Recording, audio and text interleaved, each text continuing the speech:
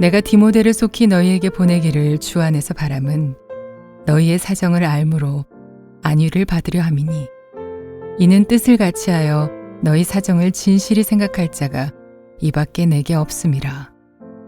그들이 다 자기 일을 구하고 그리스도 예수의 일을 구하지 아니하되 디모데의 연단을 너희가 안 하니 자식이 아버지에게 함같이 나와 함께 복음을 위하여 수고하였느니라. 그러므로 내가 내 일이 어떻게 될지를 보아서 곧 이 사람을 보내기를 바라고 나도 속히 가게 될 것을 주 안에서 확신하노라. 그러나 에바브로디도를 너희에게 보내는 것이 필요한 줄로 생각하노니 그는 나의 형제요 함께 수고하고 함께 군사된 자요 너희 사자로 내가 쓸 것을 돕는 자라. 그가 너희 무리를 간절히 사모하고 자기가 병든 것을 너희가 들은 줄을 알고 심히 근심한지라.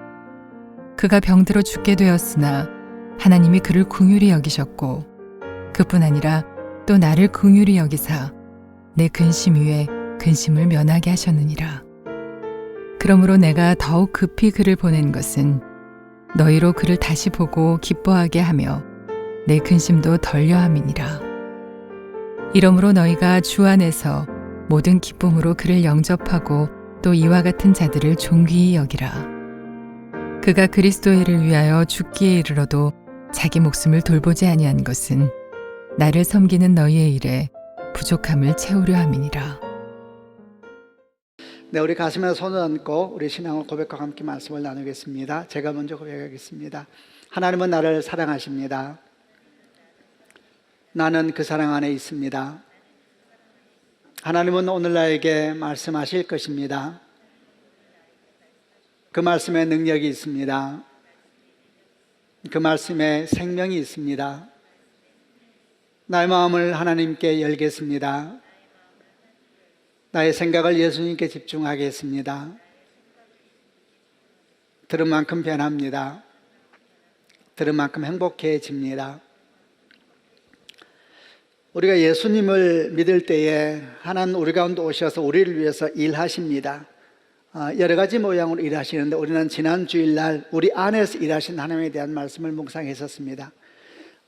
빌립보서 2장 13절 말씀에 너희 안에서 행하시는 하나님이시니 자기의 기쁘신 뜻을 위하여 우리로 소원을 통해 행하게 하시나니 라는 말씀처럼 우리 안에 오셔서 우리에게 거룩한 소망을 주시고 그리고 그 소망을 향해서 걸어갈 수 있는 의지도 주시고 열정도 주시는 분이 하나님이시다.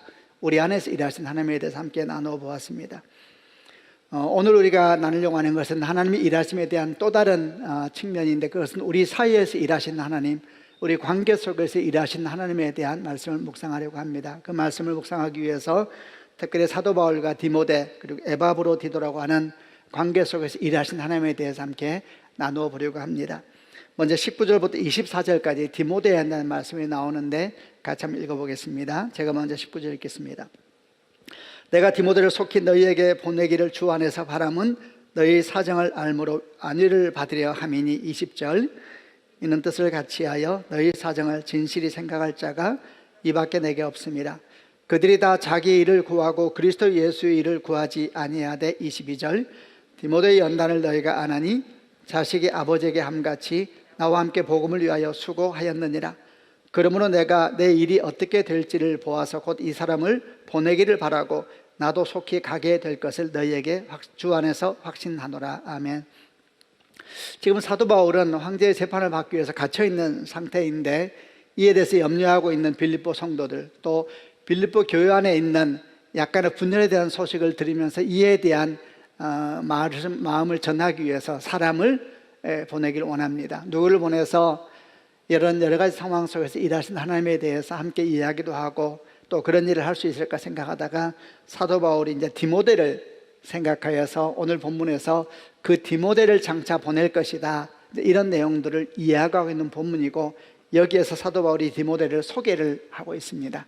소개하고 있는 내용을 읽다 보면 한 두 가지 정도 표현을 주목하게 되는데 첫 번째는 뜻을 같이하여 나와 뜻을 같이하여 이런 말이겠죠. 뜻을 같이하여 너희 사정을 진실히 생각할 자가 이밖에 내게 없습니다. 이렇게 표현을 하는 말씀하고 또 하나는 자식이 아버지에게 함같이 나와 복음을 위해 수고하였느니라 이렇게 디모데에 대해서 소개를 합니다. 이런 사도 바울의 디모데에 대한 소개를 읽다 보면은 사도 바울에게 디모데라는 사람이 어떤 의미였을까 생각해 볼 수가 있습니다. 디모데는 누구보다도 사도 바울의 마음을 잘 이해하는 사람이었다라는 것을 느낄 수가 있고, 또 디모데는 사도 바울을 아버지처럼 섬기는 그런 제자이기도 했다라는 것을 느낄 수가 있습니다. 사도행전이나 또는 사도 바울이 쓴 서신서를 보다 보면은 사도 바울의 성격이 매우 이렇게 강한 사람이라는 것을 느낄 수 있는 내용들이 여기저기서 볼 수가 있습니다. 그 중에서 한 두 가지만 예를 들어 보려고 합니다. 하나는 사도행전 15장에 나오는 사건인데, 사도행전 15장은 사도 바울이 2차 선교 여행의 초기에 있었던 한 사건을 기록하고 있는데, 그 사건은 뭐냐면 사도 바울이 2차 선교 여행을 떠나면서 바나바와 함께 마가 요한을 데리고 가는 문제 때문에 충돌이 일어나서 심히 다투어서 둘이 나누어지게 되는, 굉장히 이렇게 생각하지 못했던 사건이 기록되어 있는 본문이 사도행전 15장입니다. 이 내용이 뭐냐 하면, 원래 사도행전 13장에서 사도 바울과 바나바가 함께 1차 선교여행을 떠날 때 마가 요한이라고 하는 바나바의 조카이지요, 마가 요한을 데리고 함께 선교여행을 떠났는데 마가 요한이 중간에 돌아가 버리거든요. 사도 바울같이 정말 열심히 복음을 전하는 사람 입장에서는 이해할 수 없는 행동을 마가 요한이 한 겁니다. 그런데 이제 2차 선교여행을 다시 떠나게 되었을 때 1차가 다 끝나고 이제 바나바가 그 마가 요한을 다시 데려가자, 이렇게 이제 사도 바울한테 제안을 하자 사도 바울이 이걸 받지를 못한 것입니다. 그래서 이로 말미암아 심히 다투어서 나눠질 정도까지 됐으니까 대단히 아주 의외의 사건이 일어나게 된 것이고, 이 사건을 통해서 사도 바울이 굉장히 사실은 강한 성격의 사람이라는 것을 우리가 좀 알 수가 있었습니다. 바나바가 누구입니까? 바나바의 원래 이름은 요셉이었는데 성도들이 그 이름을 바나바로 바꾸어 불렀습니다. 바나바는 뜻이 뭐냐면 격려하는 사람, 위로하는 사람, 세워주는 사람, 이런 뜻이었는데, 이렇게 이름을 바꾸어 부른 걸 보니까 바나바라는 사람의 성격이 굉장히 성실하고 온유한 사람이 아니었는가 생각해 볼 수가 있지요. 실제로 주변 사람을 살리고 회복시키는 일 가운데 아주 귀히 사용되었던 제자이기도 했었습니다.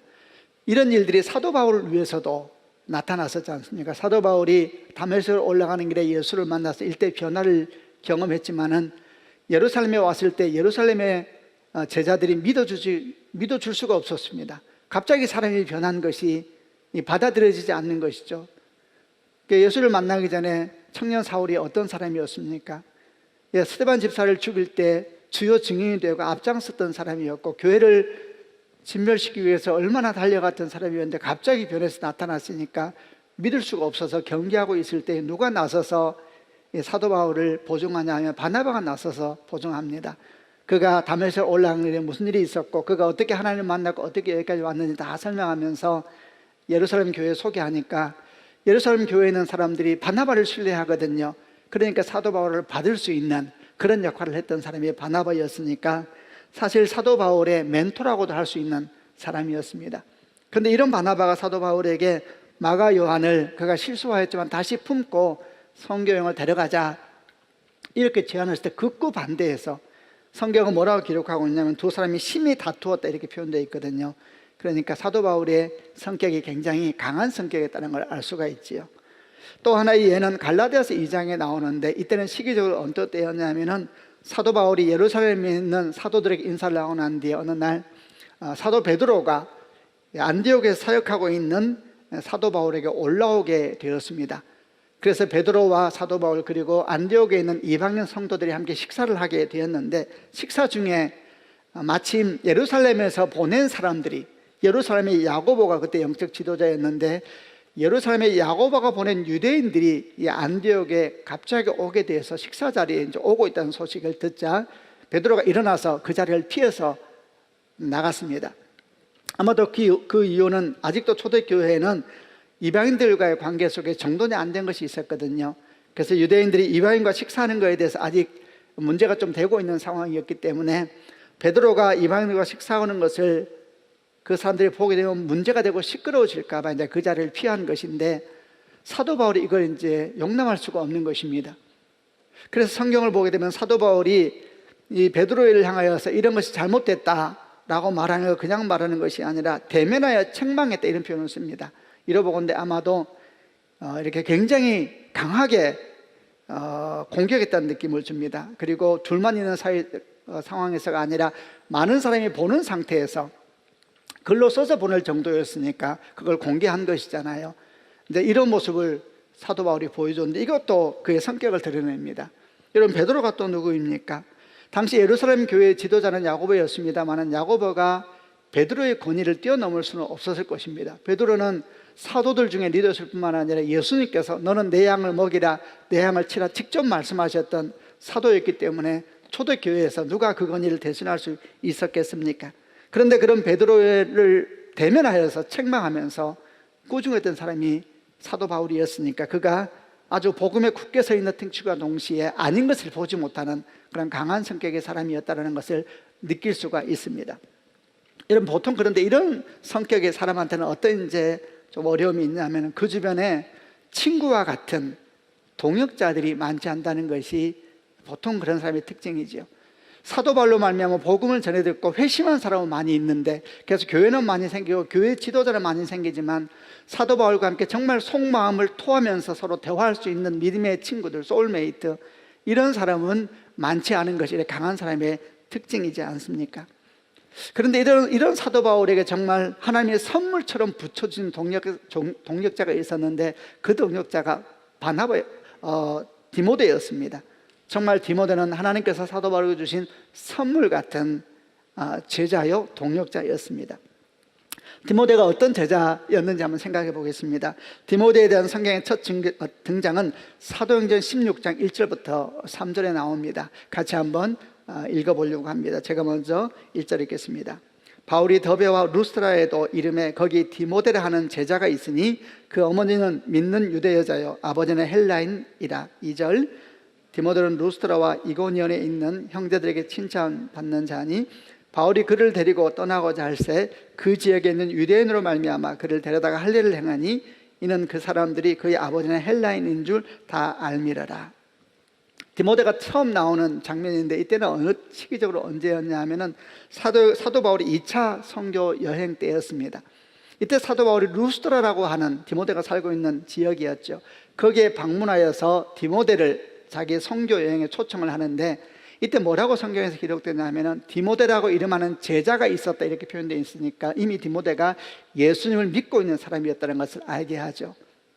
그래서 언제 믿게 되었을까? 학자들은 보통 생각하기를 사도 바울이 루스트라라고 하는 지역을 방문한 것이 이때가 처음이 아닙니다. 사실 1차 선교 여행 때 이 지역을 갔었거든요. 그리고 여기에 가서 복음을 전해서 적지 않은 제자들이 생겼다라는 기록이 성경에 나와 있는데 아마 그때 디모데라는 청년도 사도 바울을 통해서 복음을 듣고 제자가 되지 않았을까 이렇게 생각을 합니다. 그리고 이제 2차 선교는 그 사이까지 아주 잘 자라면서 신앙을 지키고 있었던 사람으로 보이는 겁니다. 2차 선교행 때 사도 바울이 루스트라를 다시 방문한 것에 대해서 어떤 학자들은 말하기를 아마도 사도 바울의 루스트라 방문의 주요 이유 중에 하나가 디모데를 만나기 위해서일 것이다 라고 말하는 사람도 있는데 사실 이 생각은 어느 정도 일리가 있습니다. 디모데를 만나가지고 함께 선교행을 하다라고 제안할 뿐만 아니라 그를 위하여 특별히 할례를 행하는 것도 아주 예외적인 것입니다. 사도 바울이 사람들이 그렇게 행하지 않거든요. 헬라인은 헬라인대로, 유대인은 유대인대로 이렇게 일을 했던 사람들인데 디모데에 대해서는 특별히 아주 준비를 시키면서 그 선교여행에 합류시키는 걸 보게 될 때에 사도 바울이 디모데에 대해서 특별하게 생각한다는 것을 느낄 수가 있습니다. 이런 말씀을 묵상해 볼 때에 사도 바울은 아마도 디모데를 처음 볼 때부터 참 귀하다 생각한 것 같아요. 처음 볼 때부터. 여러분, 사도 바울처럼 강직한 성격의 사람이 사람을 처음 보자마자 저 사람 참 귀하구나 라고 느낄 정도의 사람이라면 디모데의 성격을 대강 우리가 생각해 볼 수 있겠죠. 아마도 대단히 온유한 성격이 아니었을까, 또 성실하고 신실한 사람이 아니었을까. 그뿐만이 아니라 사람이 마음을 정하면 오죽하면 흔들리지 않는, 변함이 없는 그런 강한 사람이기도 했을 것이다. 온유하면서도 사람이 변함이 없는 사람, 근데 이런 사람이 디모데가 아니었을까 이렇게 생각하게 되는 거죠. 사도 바울이 디모데에게 쓴 여러 글이 나오는데 그 중에 또 어떤 부분을 읽어보면은 이런 디모데를 향한 사도 바울의 마음이 잘 나타날 수가 있는데 그 중에 하나가 디모데후서 1장 3절부터 5절에 나오는데 디모데후서는 사도 바울이 그야말로 죽음 직전에 썼던 유언서와 같은 서신입니다. 그때 아주 개인적인 언어를 가지고 그때 에베소 교회에서 사역하고 있는 디모데에게 글을 써 보낸 내용입니다. 디모데후서 1장 3절부터 5절까지 한번 읽어보겠습니다. 제가 3절 읽겠습니다. 내가 밤낮 간구하는 가운데 쉬지 않고 너를 생각하여 청결한 양심으로 조상적부터 섬겨오는 하나님께 감사하고 4절 네 눈물을 생각하여 너 보기를 원함은 내 기쁨이 가득하게 하려 함이니 이는 네 속에 거짓이 없는 믿음이 있음을 생각함이라. 이 믿음은 먼저 네 외조모 로이스와 네 어머니 유니게 속에 있더니 네 속에도 있는 줄을 확신하노라. 사도 바울이 이제 디모데를 생각할 때마다 마음이 굉장히 좋았던 것 같아요. 생각만 해도 좋은 사람이 있잖아요. 그러니까 오늘 성경에서 디모데를 생각할 때마다 하나님께 감사한다 이런 표현을 써요. 그리고 또 뭐라고 표현하냐면 내가 너를 생각할 때마다 너의 눈물을 기억한다 이 표현도 씁니다. 아마도 이 눈물은 언젠가 사도 바울이 너무 고생하는 걸 보고 디모데가 울었던 것 같아요. 앞에서 자기도 모르게. 그러니까 그 눈물을 항상 기억하고 있다 이렇게 표현도 합니다. 굉장히 정적인 표현이 많이 나오죠. 게다가 또 이런 말도 합니다. 너를 생각할 때마다 내 마음이 한없이 기쁜 것은 네 속에 있는 거짓이 없는 믿음 때문이다. 이 믿음이 네 외할머니에게 있더니 또 네 어머니에게도 있었는데 이것이 너에게도 있는 것이 분명하구나 이러면서 그 집안 전체에 대한 이야기도 같이 쓰고 있습니다. 이런 표현만이 아니라 또 디모데전서 5장 23절에는 이런 표현도 써서 또 말하기도 합니다. 사도 바울이 디모데에게 한 말입니다. 이제부터는 물만 마시지 말고 네 위장과 자주 나는 병을 위하여는 포도주를 조금씩 쓰라 그럽니다. 그러니까 디모데에 대해서 아주 잘 알아요. 저는 이 글을 읽으면서 동양의 딱 어머니를 생각했습니다. 여러분 이것이 디모데를 향한 사도 바울의 마음이었습니다. 정말 아들을 생각하는 어머니의 마음, 아들을 생각하는 아버지의 마음 같은 모습이 디모데를 바라보고 있는 사도 바울의 마음입니다. 이런 내용들은 곳곳에 많이 나타납니다. 사도 바울이 디모데에게 쓴 서신들을 보게 되면 디모데에 대한 수식어들이 몇 개 나오는데 한번 제가 읽어보겠습니다. 나의 동력자 디모데, 로마서 16장 21절. 내 사랑하고 신실한 아들 디모데, 고린도전서 4장 17절. 형제 디모데, 고린도서 1장 1절. 하나님의 일꾼인 디모데, 데살로니가전서 3장 2절. 믿음 안에서 참 아들 된 디모데, 데살로니가 후서 1장 1절. 사랑하는 아들 디모데, 디모데후서 1장 2절. 여러분 하나하나 들을 때마다 어떤 생각이 드세요? 정말 디모데는 사도 바울에게 붙여주신 하나님의 선물 같은 동력자요 제자였습니다. 여러분 사도 바울은 아까 나눈 것처럼 대단히 강한 성격이었습니다. 목표 지향적인 사람이었죠. 그런데 그 사람에게 하나님께서 대단히 관계지향적인 디모데를 붙여주신 것입니다. 이분이 하나님이십니다. 하나님이 디모데도 너무 잘 아시고 사도 바울도 너무 잘 아셔서 그 사이에서 일하고 계시는 것입니다. 서로가 서로에게 선물 같은 존재로 만나도록 축해서 이렇게 인도하신 것이 아니겠습니까? 두 사람의 사역의 성격을 보아도 대단히 다릅니다. 예를 들면 사도 바울은 그야말로 선교사입니다. 그는 복음이 전해지지 않은 그런 불모지에 나아가서 생명을 걸고 복음을 전하는 최전방 선교사입니다. 그래서 굉장히 강합니다. 목숨을 걸고 일한다는 표현을 곳곳에서 볼 수 있지 않습니까? 그만큼 상처도 많고 또 많은 일들이 주변에 있었겠지요. 그러나 디모데는 목자입니다. 목자. 그런 목회자죠. 목회자. 그래서 사도 바울과 동행하면서 그 온유하고 충성된 성품으로 말미암아 사도 바울을 도와줄 뿐만 아니라 특별히 그 도와줄 때 주로 어떤 일을 했냐면은 사도 바울을 대신해서 어려움 가운데 있는 교회를 방문해서 그 교회를 세워주는 역할들을 많이 합니다. 고린도 교회도 방문하고 빌립보 교회도 방문하고 데살로니가 교회도 방문하고 또 에베소 교회는 사도 바울을 이어서 감독으로 가서 섬기기도 하고 시작하고 나면 그걸 다시 정리하는 시작하는 사람은 정말 용사 같은 사람이 필요하잖아요. 그러나 정리하는 것은 인내와 온유함과 따뜻함이 필요하거든요. 이런 관계 속에서 사도 바울을 돕는 사람이 디모데였습니다. 이것이 하나님의 일하심입니다. 서로가 서로에게 선물과 같은 관계가 되게 하시면서 서로를 통해서 서로를 채워가게 하시는 역사, 여러분 이분이 하나님이십니다. 사도 바울과 디모데만이 아닙니다. 모세에게 아론이 그런 사람이었고 여호수아가 그런 사람이었고 다윗에게 요나단이 그런 존재였죠. 반대로 말하면 디모데에게 사도 바울이 그런 존재였고 아론에게 모세가 그런 존재였고 요나단에게 다윗이 그런 존재였습니다. 여러분 이것은 성경에 나오는 일부 사람들의 얘기가 아닙니다. 우리에게도 그렇게 일하십니다. 하나님은 우리에게도 우리 주변에 서로 섬기고 사랑하며 서로를 채워주는 선물 같은 믿음의 사람들을 붙여주신다는 것입니다. 우선 여러분 믿음으로 아멘으로 받으시길 바랍니다. 우리 주변을 한번 돌아보시길 바랍니다. 여러분 주변을 한번 돌아보십시오. 여러분에게 그런 선물 같은 믿음의 동력자가 있습니까? 한번 생각해 보십시오. 금방 생각나는 분들도 있을 것이고, 또 어떤 분들은 생각해도 잘 생각이 나지 않는, 정말 나한테 그런 동역자가 있는가, 왜 나한테는 그런 분을 안 주시는 것일까, 이렇게 생각하는 분도 계실지 모르겠습니다. 그러나 여러분, 어떤 경우이든 간에 한 가지는 믿음으로 우선 받고 시작을 해봅시다. 그것은 하나님은 우리에게 서로 사랑하고 서로 섬기며 서로를 채워주는 선물 같은 믿음의 동역자를 주신다는 것을 우선 믿음으로 받고 묵상을 시작해 보는 것이 좋은 겁니다. 그 사람이, 그 대상이 남편에게 아내가 될 수도 있고, 아내에게 남편이 될 수도 있고, 또 그 대상이 교회에서 만난 믿음의 친구가 될 수도 있고, 또 그 대상이 직장에서 만나는, 학교에서 만나는 동료가 될 수도 있는 것입니다. 그걸 우선 믿음으로 받고 다시 이렇게 묵상을 더 나아가 보겠습니다. 내게 주신 선물 같은 동역자는 누구일까? 라는 질문보다 어쩌면 더 앞서야 되는 질문이 하나 있습니다. 그것은 내가 누군가에게 하나님의 선물 같은 동역자가 되고 싶다라는 소망입니다. 여러분, 축복합니다. 그런 소망이 여러분 가운데 있기를 바랍니다. 내가 누군가에게 하나님의 선물 같은 그런 존재가 되고 싶다. 여러분, 얼마나 아름다운 꿈입니까? 만약 우리가 누군가에게 하나님의 선물 같은 존재가 될 수 있다면은, 사실 여러분, 언젠가부터 우리 눈에 내게 주신 선물 같은 존재가 보이기 시작할 것입니다.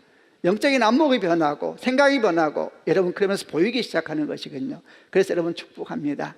여러분이 누군가에게 하나님의 선물과 같은 그런 존재가 되는 축복이 있기를 바랍니다. 이제 우리 조금 더 방향을 바꾸어서, 그러면은 우리가 누군가에게 하나님의 선물과 같은 존재가 되기 위해서 우리에게 필요한 태도는 무엇일까라는 묵상을 더 해보려고 합니다. 이를 위해서 다시 본문에 나오는 디모데와 그리고 에바브로디들을 살펴보려고 하고, 그들을 통해서 이런 선물 같은 존재가 되기 위해서 내게 무엇이 필요한가 묵상을 좀 해보려고 합니다. 첫 번째, 누군가에게 하나님의 선물 같은 존재가 되기 위해서 디모데에게서 배우는 교훈입니다. 그것은 상대방을 진심으로 생각할 줄 아는 사람이 되어야 된다라는 겁니다. 19절부터 20절, 2절밖에 안 되니까 같이 한번 읽어보겠습니다. 시작. 내가 디모데를 속히 너희에게 보내기를 주 안에서 바람은 너희의 사정을 알므로 안위를 받으려 함이니, 이는 뜻을 같이하여 너희 사정을 진실히 생각할 자가 이밖에 내게 없습니다. 사도 바울이 디모데를 보내면서 설명하는 내용 중에 있는 부분입니다. 그럼 뭐라고 말하냐 하면은, 빌립보 성도들의 사정을 진실히 생각할 자가 내게 디모데밖에 없다, 이렇게 말을 합니다. 굉장히 표현이 세죠. 얼마나 많은 사람이 주변에 있었겠어요. 어쨌든 간에 사도 바울은 말하기를 빌립보 성도들의 사정을 진실히 생각할 자가 내게 디모데밖에 없다 그러면서, 디모데가 빌립보 성도들의 마음을 진실히 생각하는 사람이다, 이렇게 소개를 합니다. 여기서 진실이라고 번역된 헬라어 어원에는 어떤 뜻이 있냐 하면은 친척, 자손, 혈통, 이런 뜻을 가지고 있습니다. 그러니까 빌립보 성도들 향한 디모데의 마음이 어떤 마음이었냐면, 마치 친형제를 바라보는 마음으로, 가족을 바라보는 마음으로, 그의 어려움이 무엇일까, 그의 힘듦이 무엇일까 바라보는데, 사역의 대상으로 보는 게 아니고, 사역의 대상으로 보는 것이 아니라 형제를 바라보듯이, 가족을 바라보듯이 그렇게 그의 아픔을 살피고 그의 어려움을 살피는 성향의 사람이었다는 것입니다. 이게 이 디모데가 가지고 있는 영성이라 할 수 있겠죠. 그런데 이 말씀 바로 뒤에 또 뭐가 덧붙여지냐면, 사도 바울이 이 말씀 바로 뒤에 이렇게 덧붙입니다. 다른 사람들은 다 자기 일에만 관심이 있고 그리스도 예수 일에는 관심이 없다라는 말을 덧붙여요. 결국 그러면 이렇게 되는 것이죠. 디모데는 자기 일보다 하나님의 일에 더 관심을 가졌던 사람입니다. 그리고 그에 대한 구체적인 모습이 어떻게 나타나느냐, 형제를 볼 때에 사역의 대상으로 보는 것이 아니라 내 형제를 바라보듯이, 내 가족을 바라보듯이 그의 마음을 살필 줄 아는 그런 사람이었다라고 말하고 있는 것이죠. 여기서 우리는 아주 중요한 것을 보게 됩니다. 디모데는 어떤 사람이었습니까? 디모데는 이런 사람이었다 설명할 수 있겠죠. 그는 하나님을 향한 사랑을 형제를 향한 사랑으로 흘러보내는 그런 영성을 가진 사람이었다, 이렇게 말할 수가 있습니다. 하나님을 향한 사랑을 형제를 향한 사랑으로 흘러보내는 그런 영성, 그러니까 예수를 항상 먼저 생각하는 사람이었다 그랬잖아요. 근데 그게 어떻게 나타나냐, 구체적으로 빌립보 성도들을 진실히 생각하는, 이웃을 내 몸처럼 사랑하는 모습으로 나타나고 있다는 것을 설명하고 있는 것이 아닙니까? 여기서 우리가 누군가에게 정말 하나님의 선물 같은 소중한 존재가 되기 위해서 필요한 것이 무엇일까? 그것은 무엇보다 우리가 가지고 있는 하나님의 사랑이 이웃 사랑을 통해서 흘러갈 수 있는 사람으로 훈련되어야 된다는 것을 알게 하는 겁니다. 여러분, 얼마나 많은 사람들이 하나님의 사랑을 하나님의 사랑에서 멈춰버립니다. 그리고 그 사랑을 이웃을 향한 사랑이요 형제를 향한 사랑으로 흘러보내지 않아버리는, 막혀있는 사랑을 보여주지 않습니까? 여러분, 그 사랑은 도대체 어떤 사랑일까요? 어떤 면에서 하나님을 사랑하는 것은 쉽습니다. 이때 말하는 하나님은 인격적인 하나님이 아니라 종교적인 하나님이지요. 여러분, 종교적인 하나님을 사랑하는 건 쉽습니다. 그건 어떻게 하면 되느냐? 종교행위 잘하면 됩니다. 예배 잘 드리고 헌금 잘하고 교회에서 봉사 잘하고 뭐 이러면은 그 하나님을 사랑하는 것이다 말할 수 있을지 모르지요. 그러나 인격적인 하나님을 사랑하는 것은 쉬운 거 아닙니다, 여러분. 왜냐하면 그 인격적인 하나님은 우리에게 뭐라고 말씀하십니까? 나를 사랑할 뿐만 아니라 네 이웃을 내 몸처럼 사랑하라고 요구하시는 분이시거든요. 그래서 여러분, 인격적인 하나님을 사랑하는 건 쉬운 것이 아닙니다. 그렇기에 많은 크리스찬들이 하나님의 사랑에서 멈춰버리는 것입니다. 그러면 이웃을 어떻게 보느냐? 사역의 대상으로 되는 것, 사역의 대상으로 보는 것이죠. 전도의 대상으로, 이 말을 이해해 주시길 바랍니다. 전도의 대상으로만 보는 것입니다. 그러니까 어떻게 하냐? 전도하다가 안 돌아오면 딱 끊어버리는 것이죠. 아주 전략적이죠. 그거 좋은 거 아닙니다. 전도는 아주 장기적인 것인데 다 알아요, 사람들이. 그래서 여러분, 얼마나 많이 교회가 수고는 다 하고 욕을 먹습니까? 열심히 섬기면 그 사람들이 받으면서 말하잖아요. 저 교회라고 주는 거야. 대상을, 사역의 대상으로만 보니까 너무 어리석은 사실은 전략이죠. 사도 디모데는 그런 사람이 아니에요. 사역의 대상으로 보는 게 아닙니다. 네 이웃을 네 몸처럼 사랑하라. 하나님의 사랑이 이웃 사랑으로 그냥 흘러가는 사람, 여러분 어떻게 이럴 수가 있었을까요? 어떻게 이런 영성까지 사람이 깊어질 수가 있는 것일까요? 어떻게 이런 사랑이 가능할까요? 어떻게 이런 사랑이 가능할까? 그리스도인으로서 사람을, 이 세상을 사역의 대상이 아니라 정말 내 몸처럼 사랑하는 그런 영성이 어떻게 우리가 될 수 있을까 생각하다가 한 사람이 생각났습니다. 1932년도 1차 대전 직후에 황폐해진 독일의 극단적 민족주의를 내세우면서 히틀러가 막 등장하기 시작했을 때에 1932년 3월 13일 날 베를린에서 본 회퍼가 한 설교의 내용 중에 일부입니다. 그런 설교할 때에 창세기 32장과 33장에 나오는 야복강 씨름 직후에 형 에서와 동생 야곱이 만나는 그 말씀을 바탕으로 하여서 형제의 얼굴에서 하나님을 볼 수 있을까라는 제목으로 설교를 했습니다. 형제의 얼굴에서 하나님을 볼 수 있을까? 그는 말합니다. 하나님을 발견한 사람은 또한 형제를 발견합니다.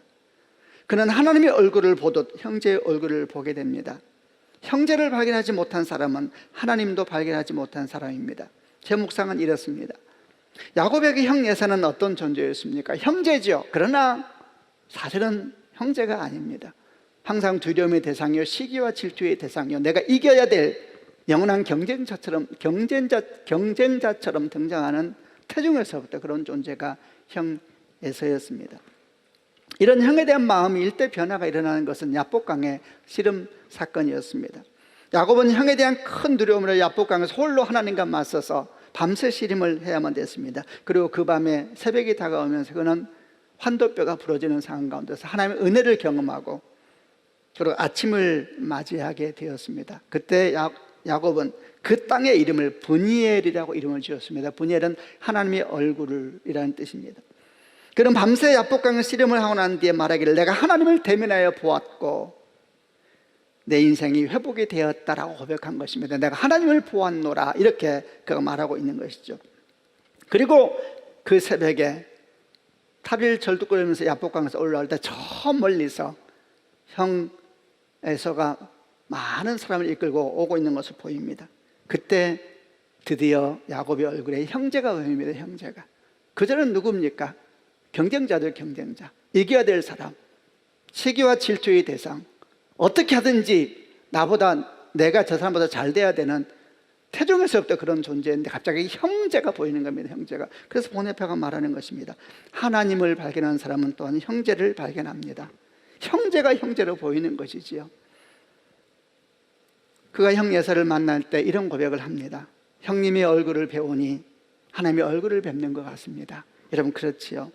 하나님의 얼굴을 본 사람은 형제를 보게 되고 형제를 본 사람은 형제 얼굴에 있는 하나님을 보게 되는 것입니다. 그 무섭고 두려웠던 형제, 원수, 경쟁자, 시기와 질투, 여러분 이게 에서와 야곱의 문제이겠습니까? 이 세상은 다 우리 경쟁자이지 않습니까? 이 세상은 다 시기와 질투의 대상이지 않습니까? 우리보다 못하면은 멸시하고 우리보다 잘나면 시기와 질투하면 살아가는 것이 인생이고 그렇게 우리가 배우지 않습니까? 그러나 그 얼굴에서 형제가 보이기 시작하고 그 얼굴에서 하나님이 보이기 시작하면 여러분 인생은 완전히 바뀌게 되는 겁니다. 평생 시기와 질투의 대상이었던 그 형제의 얼굴에서 하나님이 보이는 순간 야곱은 이스라엘로 변화되는 것입니다. 세상과 씨름하며 세상의 가치관과 씨름하면서 그 자리에서 자기 인생을 이끌어왔던 인생에서 하나님과 씨름하면서 하나님과 기도하고 주의 말씀을 붙잡고 씨름하면서 사는 인생으로 변화된 것이지요. 여러분 디모데가 그런 인생이지 않습니까? 여러분 그는 하나님의 사랑을 형제 사랑으로 흘러보내고 있습니다. 하나님을 사랑한 만큼 형제를 내 이웃처럼 사랑하는 모습으로 나타나고 있으니 그는 형제의 얼굴에서 하나님을 본 사람이 아니겠습니까? 주님의 이름으로 소망하고 축복합니다. 여러분도 저도 정말 형제의 얼굴에서 하나님을 볼 수 있는 성도가 되는 축복이 있기를 바랍니다. 우리 경쟁자들, 우리 원수들, 여러분 그 얼굴에서 하나님을 볼 수만 있다면 여러분 세상은 어떻게 될까요? 우리는 지금 우리가 누군가에게 어떻게 하면 하나님의 선물 같은 존재가 될 수 있을까 질문하면서 여기까지 걸어오고 있습니다. 우리가 누군가에게 어떻게 하면 선물 같은 존재가 될 수 있을까요? 우리가 그 얼굴에서 하나님을 볼 수만 있다면 그 사람이 원수든 시기와 질투의 대상이든 두려움의 대상이든 그 사람에게서 하나님의 얼굴을 볼 수만 있다면 여러분 그 일은 자연스럽게 일어나게 되지 않을까요? 이런 묵상할 때에 나는 야복과의 경험이 없는데 이렇게 접근하면 안 됩니다. 예수를 믿는 자들은 야복과의 경험을 믿음으로 받아들이고 기도를 시작해야 되는 것입니다. 하나님 내가 형제의 얼굴에서 원수의 얼굴에서 하나님을 보고 싶습니다. 내 평생의 시기와 질투의 대상인 사람들 가운데서 하나님을 보고 싶습니다. 하나님의 얼굴을 보여주세요. 하나님의 얼굴을 보여주세요. 이렇게 기도해야 되는 것입니다. 이렇게 기도하는 순간 사실 야복강의 시름은 이미 우리 가운데 시작되고 있는 것입니다. 이제 또 한 가지, 우리가 누군가에게 하나님의 선물 같은 존재가 되기 위해서 무엇이 필요한가? 그를 위해서 에바브로디도로 하는 사람을 또 보려고 합니다. 25절부터 28절 이 사람에 대한 소개가 나오는데 같이 읽어보겠습니다. 제가 25절 읽겠습니다.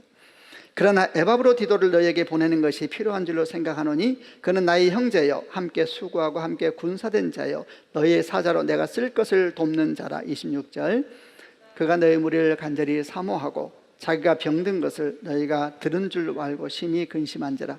그가 병들어 죽게 되었으나 하나님의 그를 긍휼히 여기셨고 그뿐 아니라 또 나를 긍휼히 여기사 내 근심 위에 근심을 면하게 하셨느니라. 28절 그러므로 내가 더욱 급히 그를 보낸 것은 너희로 그를 다시 보고 기뻐하게 하며 내 근심도 덜려 함이니라. 에바브로디도는 누구인가? 에바브로디도는 사도 바울이 황제의 재판을 받기 위해서 감옥에 갇혀 있는 어려운 상황 가운데 있다는 것을 들은 빌립보 교회가 그를 돕기 위하여 헌금을 모읍니다. 그리고 그 헌금을 맡겨서 보낼 사람, 헌금만 갖다 주는 것이 아니라 그 옆에서 사도 바울의 어려움을 좀 도와줄 수 있는 어쩌면 시종드는 사람으로서 누구를 보낼 것인가 고민하다가 이 사람이 합당하자 여겨져서 택하고 보낸 사람이 에바브로디도라는 사람입니다. 그는 이제 빌립보 교회가 준 헌금을 가지고 먼 길을 떠나서 로마에 가서 사도 바울을 돕는데 언제인지 몰라도 큰 병에 걸리게 되어서 거의 죽을 지경에 이르게 되었습니다. 그러나 주의 은총으로 그가 다시 살게 되어서 사도 바울이 그렇게 회복된 에바브로디도를 다시 빌립보 교회로 보내기를 원합니다. 왜냐하면 빌립보 교회에서도 에바브로디도가 큰 병에 걸렸다는 사실을 알고 있으니까 얼마나 걱정이 많았겠습니까?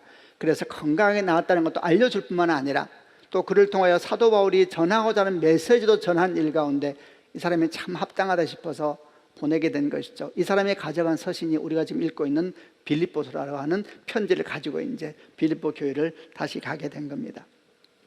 에바브로디도는 한마디로 누구라고 말할 수 있을까? 이 사람은 사도 바울을 향한 빌립보 교회의 사랑과 섬김을 대표하는 사람이 아니었을까 이렇게 생각이 들었습니다.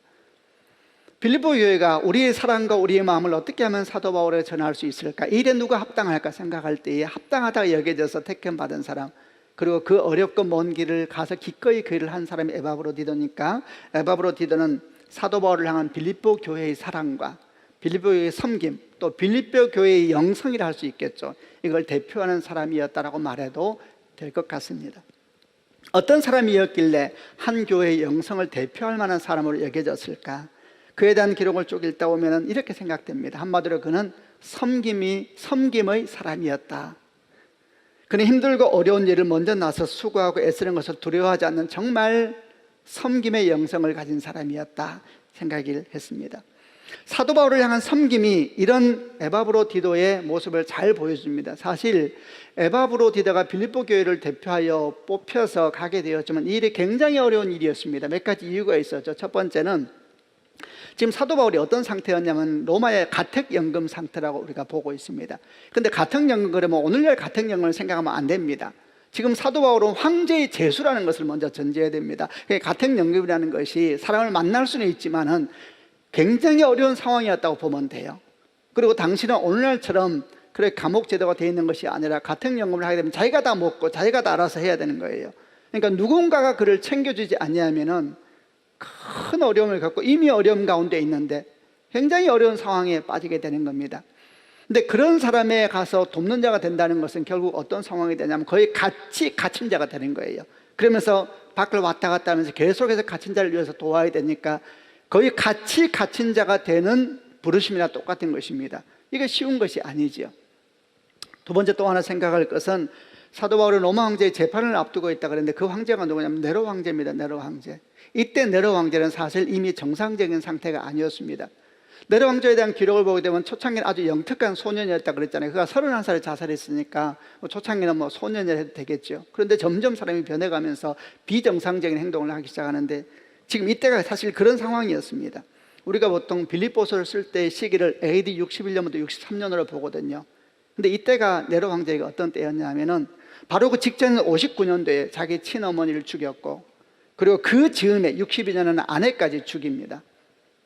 64년에 로마 대화제가 일어났고 그때 이제 기독교는 대학살이 시작되는데 그때까지 이르지는 않았지만 그 즈음입니다. 그 즈음. 이런 상황에서 황제의 재판을 기다리고 있는 사도 바울을 돕는 자로 간다는 것은 여러분 위험한 겁니다. 게다가 세 번째, 그 길이 800마일은 800마일, 1200km나 됩니다. 굉장히 먼 길입니다. 사도 바울은 공동체로 움직였습니다. 함께 혼자 가는 겁니다. 지금 에바브로디도는. 게다가 돈을 가지고 가는 거예요. 이 표현이 이 목사님이 맞는지 몰라도 강도들은 돈 있는 사람을 알아본다 그랬잖아요. 여러분 아무도 안 건들지요. 돈 있는 사람을 알아본대요. 신기하다 그러잖아요. 이게 굉장히 어려운 여행입니다. 하루 이틀 갈 길이 아니고 굉장히 어려운 여정을 위험할 수 있습니다. 이런 묵상이 지나친 게 아닙니다. 생명 위험을 무릅쓴 헌신입니다. 이게. 근데 에바브로디도가 기꺼이 이 일에 자기를 드린 겁니다. 여러분 이런 상황들을 볼 때에 정말 에바브로디도가 섬김의 영이 있는 사람이구나 이런 생각이 들었습니다. 여러분 섬김의 사람이 가져야 될 가장 기본적인 덕목이 뭔지 압니까? 그것은 섬김의 자리, 섬김의 크기, 섬김의 대상을 계산하지 않는다는 겁니다. 이게 섬김의 사람의 영적인 특성입니다. 여러분 사람들은 섬겨도 좀 그럴듯한 일을 섬기고 싶어 합니다. 섬겨도 내가 좀 누군가를 섬기면 그 사람이 좀 그럴듯한 사람이길 원해요. 그래서 누구 이렇게 돕고 계세요? 그러면 제가 누구 돕고 있는지 자꾸 도와달라 그러시네. 이럴 때 와, 그 사람을 돕냐고 이렇게 좀 하고 싶은 마음이 사람한테 있지 않습니까? 뭘 해도 좀 그래도 그럴듯한 사람, 그럴 만한 사람을 섬긴다는 느낌을 갖고 싶은 게 사람인데 성령께서 주시는 섬김이 영에 있는 사람은 그렇게 안 합니다. 그들은 섬김의 대상을 계산하지 않습니다. 섬김의 사역도 계산하지 않습니다. 그리고 주께서 원하신다면 기꺼이 그 일을 나서서 하는 사람이 섬김의 영을 가진 사람인데 여러분 에바브로디도가 그랬습니다. 그가 계산하는 사람이었다면 결코 로마 감옥에 있는 사도 바울을 섬기는 그 위험한 일 가운데 나서지 않았을 것입니다. 그런 모든 것이 복합적으로 원인이 되었는지는 몰라도 그는 사도 바울을 섬기러 가서 죽을 병에 걸려버립니다. 어쩌면 이 모든 것이 복합적으로 그에게 엄청난 내면의 어려움이 되었는지 모르죠. 그는 죽을 병에 걸립니다. 죽을 지경까지 갔다 그랬습니다. 근데 주의 은총으로 정말 간신히 살아났다라고 사도 바울이 기록하고 있지 않습니까? 이런 에바브로디도를 생각하니까 요한계시록에 있는 한 교회가 생각이 났습니다. 빌라델비아 교회라는 교회인데 요한계시록에는 소아시 7교회가 나옵니다. 근데 두 교회만이 책망이 없이 칭찬을 받습니다. 한 교회는 서머나 교회고 또 한 교회는 빌라델비아 교회입니다. 서머나 교회는 왜 칭찬을 받느냐? 순교자의 교회입니다. 순교자의 교회. 그러니까 순교자가 많이 나왔습니다. 대단한 교회죠. 그럼 빌라델비아 교회는 뭐냐? 순교자의 교회가 아닙니다. 성경은 뭐라고 말하냐면 빌라델비아 교회를 칭찬하시면서 주님께서 이렇게 말씀하세요.